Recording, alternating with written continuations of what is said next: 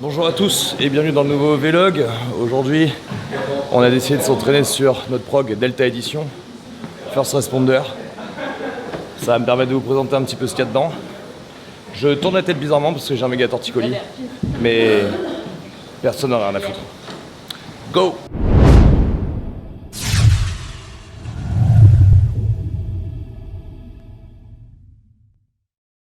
Après une semaine de certification intensive en Amérique de l'Est sur les mathématiques appliquées à la nature. Formation très intéressante. Je suis de retour à hier et il est temps de reprendre l'entraînement. Il s'est jamais trop arrêté. J'ai eu le grand plaisir de me lever tous les matins à 6 h pour aller faire physical training.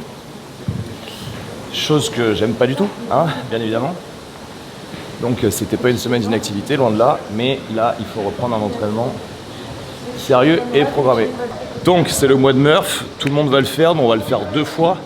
Une première fois le 6 juin, dans nos box partenaires ça va se faire le 6 juin ou le 8 juin et on va le refaire le 6 juillet. Avec quelques petites spécificités sur le redo, mais on vous en dit pas plus. Et donc, eh bien, on va un petit peu spécialiser l'entraînement sur ce type d'effort, afin de se mettre dans les meilleures conditions pour le réussir. Encore une fois, comme j'ai déjà dit l'an dernier, nous le chrono s'en branle complètement. On veut faire du travail propre, on veut faire du défi physique. On le fait avec une dimension spirituelle et pas un concours de tub à essayer de le faire en 32 minutes en quart de squat et en demi-pompe. Donc, j'ai décidé de driver mon entraînement dans cette direction-là. Donc un peu plus de poids de corps, beaucoup plus de cardio. Et puis voilà, donc là on est parti pour on va faire un petit mix des 2 premières séances de Delta Edition. Donc dans cette programmation, il y a une grosse base de course à pied, on court 3 fois par semaine. Une première fois, on fait de la capacité, donc du volume, peu d'intensité. La deuxième fois, on va faire du fractionné. Et ce fractionné va se faire parfois en trail rangers, parfois avec un gilet lesté, parfois lesté avec un sac à dos. Et ensuite, on a un entraînement qui est beaucoup plus typé, là aussi, intensité, une 3e fois dans la semaine. Donc là, ce que je vais faire, c'est que ma première séance, c'était censé être un 8 kg, volume très bas. J'ai pas le temps, donc eh bien, je vais compresser ça et je vais tout de suite passer au fractionné. Je ferai le travail de 8 bornes un petit peu plus tard dans la semaine. Donc là, je suis parti pour travailler sur 6 fois 30-30, 3 minutes de récup, 3 fois.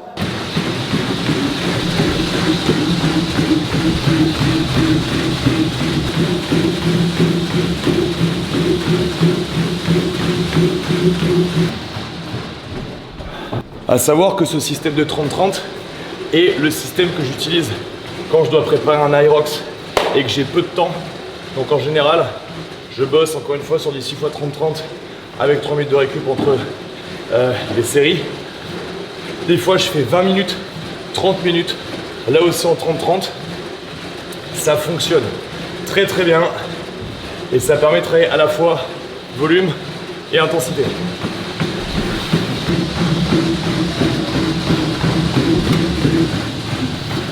Spécificité du trail runner, 25 à 30% plus difficile que dehors. Pourquoi? Parce que le tapis, c'est moi qui le tracte. Donc, au niveau musculaire, c'est beaucoup plus impactant. Par contre, clairement, le rendu quand vous partez courir à l'extérieur, c'est de la folie.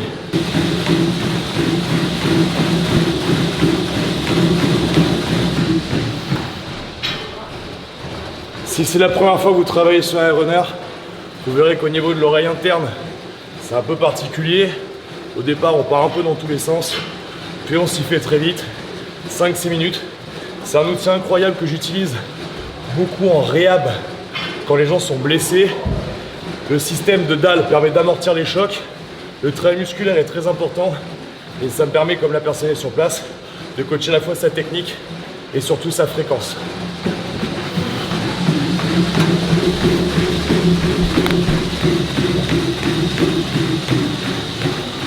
Donc dans la prog Delta Edition, Vous aurez une fois par semaine un travail de shuttle run extrêmement important dans un entraînement de type tactique. On est très souvent amené à courir, partir, se déplacer, changer de direction, etc., etc. Donc, une séance volume, une séance intensité, une séance shuttle run, et il y en a toujours une des trois, ça change à chaque fois, qui va se faire lester.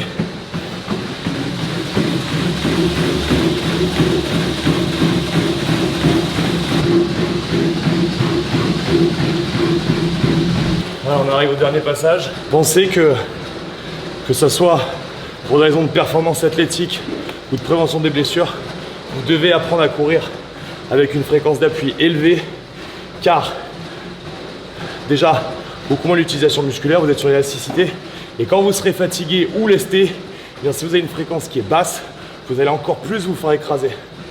Donc, grosse fréquence, ça vous permettra même, Trail Ranger sac à dos, de continuer à être un minimum dans le rebond malgré la fatigue. Ce vlog est maintenant terminé, j'espère que... Non, je plaisante. Changer d'ordre, je vais commencer donc 4 séries. Max de traction en pronation.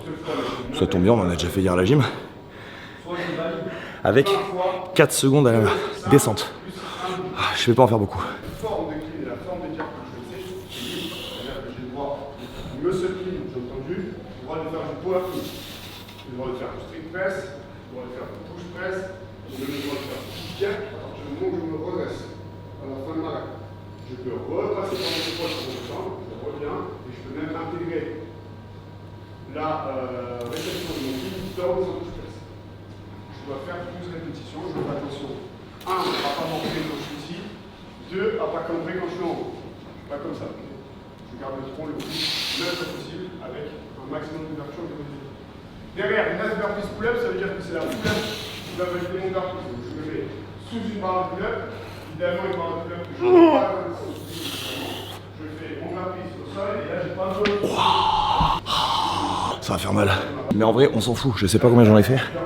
Mais en vrai, on s'en fout. Il y a écrit max rep. Ça aussi, c'est un truc que je vous dis. Arrêtez.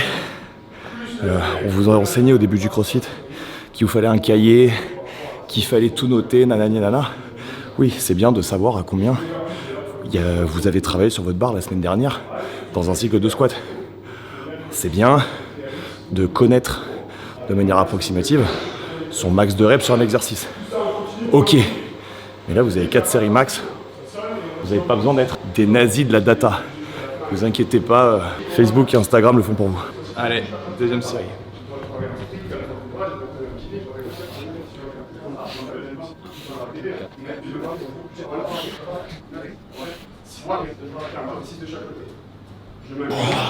Je tire les deux épaules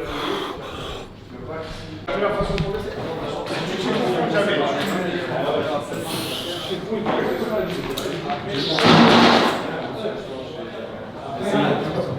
Deux manières d'augmenter la force. Soulever plus lourd, soulever la même charge plus lentement. C'est quoi le meilleur? Faire les deux. L'un va augmenter la tension que vous pouvez encaisser. L'autre va clairement augmenter l'intensité neurologique de la contraction. Donc, c'est les deux qu'il faut faire.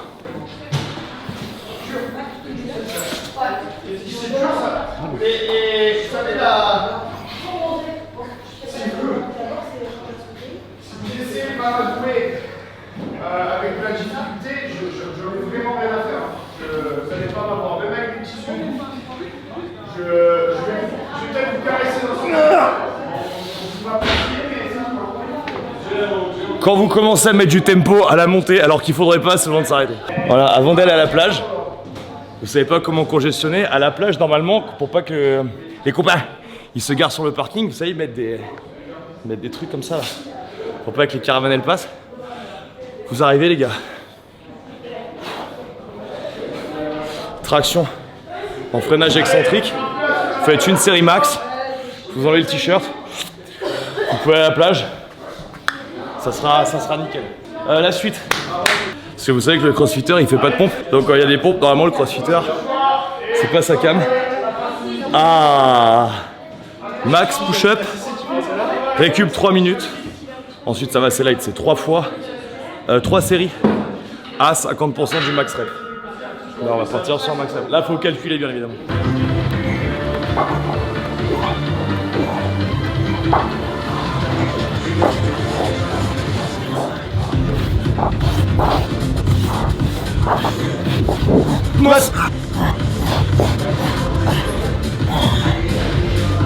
Ok. T'es à 49 gros. Ah ouais? Ouais. On va compter 50 alors, c'est mon but. Merci au mec qui m'a perturbé. Puisque sinon, j'aurais arrêté avant. Une fois que vous avez pété un max rep comme ça, là je dois faire donc 3 fois 25. Ça va être compliqué. Ah, faut pas réfléchir.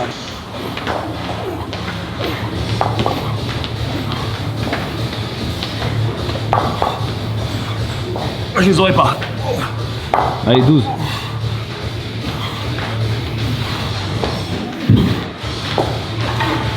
Allez gros. 18. Allez, lâche pas.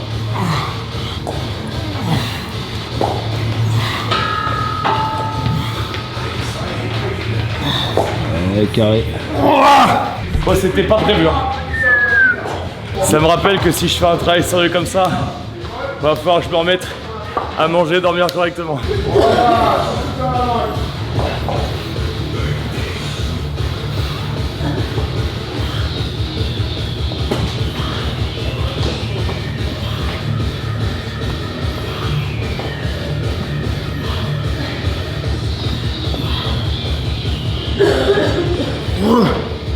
Allez gros. Oh, j'ai plus. 13. C'est pas la version qu'ils auront. Allez, écoute. Donc là, je suis très content. On part sur un AMRAP 25 minutes, 20 pompes, 20 step-up, 20 kettlebell swing, 20 sit-up. On n'indique pas la charge, parce que la charge dépend du niveau de chacun. Évidemment, vous prenez 32, vous risquez de casser la série plein de fois. Et si vous prenez 8 et vous faites ça, il n'y a aucun travail, il n'y a pas non plus d'intérêt. Donc charge modérée, moi je vais bosser à 24. Et puis 25 minutes. Si on a regardé les vlogs sur le pacing qu'on a déjà fait pour vous aider, vous comprenez bien que 25 minutes, pas question de sprinter. On va se donner un rythme de répétition, un rythme de récupération qu'on va tenir sur 25 minutes, sans aérobie. Aucun besoin d'aller en anaérobie. Et puis ça sera bien. Allez, c'est parti. La plupart des gens ont besoin de musique pour vous aider, ce que je comprends, sans ambiance, etc. etc. Par rapport à mes perspectives et mes objectifs en termes de développement personnel, j'ai pas le temps d'écouter de la musique et je considère que c'est de la perte de temps. C'est dans ma vie personnelle. Donc, meilleur investissement, YouTube Premium, d'autres applications de livres audio et ça va vous permettre de passer 25 minutes à apprendre des choses plutôt que d'aller écouter une musique commerciale daubée, même si j'adore la musique commerciale. Donc voilà pourquoi j'aurai des AirPods et au moins vous savez ce que j'écoute quand je m'entraîne en ce moment. Évidemment, ce n'est absolument pas valable quand je dois allumer mon système nerveux pour pousser comme un gros porc des énormes squats, des énormes deadlifts et des énormes bench. Bien évidemment, à ce moment-là, j'ai besoin de suractiver mon système nerveux et de m'ambiancer. Mais sur un AMRAP de 25 minutes avec des sit-ups, des pompes et des step-up au poids de corps, je vais pas du tout avoir besoin d'allumer mon système nerveux de manière dégénérée. Donc, je vais passer 25 minutes en même temps que je fais bien mon corps à apprendre. Ça va vous permettre aussi de développer votre concentration parce que pendant ce temps-là, j'écoute mais je compte. Et oui, comme ça, il n'y aura pas que les femmes qui peuvent faire deux trucs à la fois. Donc là, évidemment, après les pompes qu'on vient de faire, les séries de 20 pompes du WOD vont être relativement lentes, hein, on est bien d'accord. Comme je suis dans une notion de pacing, je vais essayer de garder 4 x 5 pendant tout le WOD. Et le reste, une broken. Lent, mais une broken.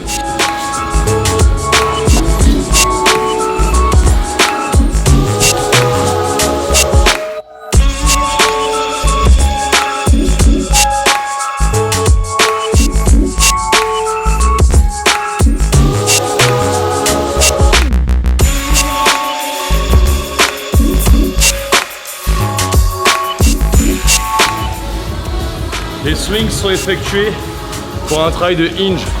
Aucun intérêt de monter en américaine, surtout au niveau des épaules, pas du tout intéressant. Bref, on développera ça plus tard. Très intéressant par contre de Ingé au max. Donc pas de travail sur le haut du corps, mais gros travail sur le bas.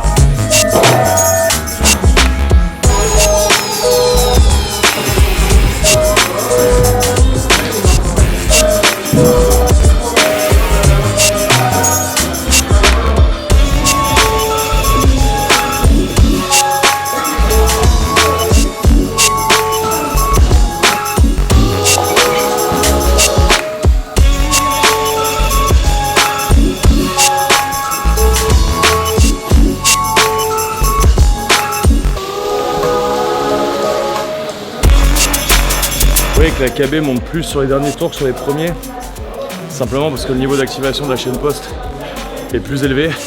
Et comme j'ai dit, quand vous faites le programme qu'on vous conseille avec 250 kettlebell swing par jour pendant un mois par exemple, ou vraiment un travail focus hinge, aucun besoin de mettre le haut du corps.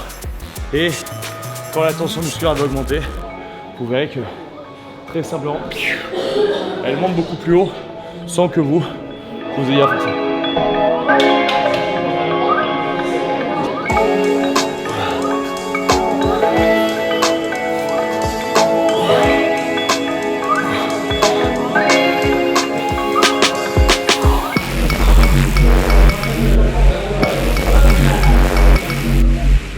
Minutes de fête, donc séance faite avec les moyens du bord. C'est aussi pour moi un moyen de vous expliquer qu'une programmation est un outil et rien d'autre.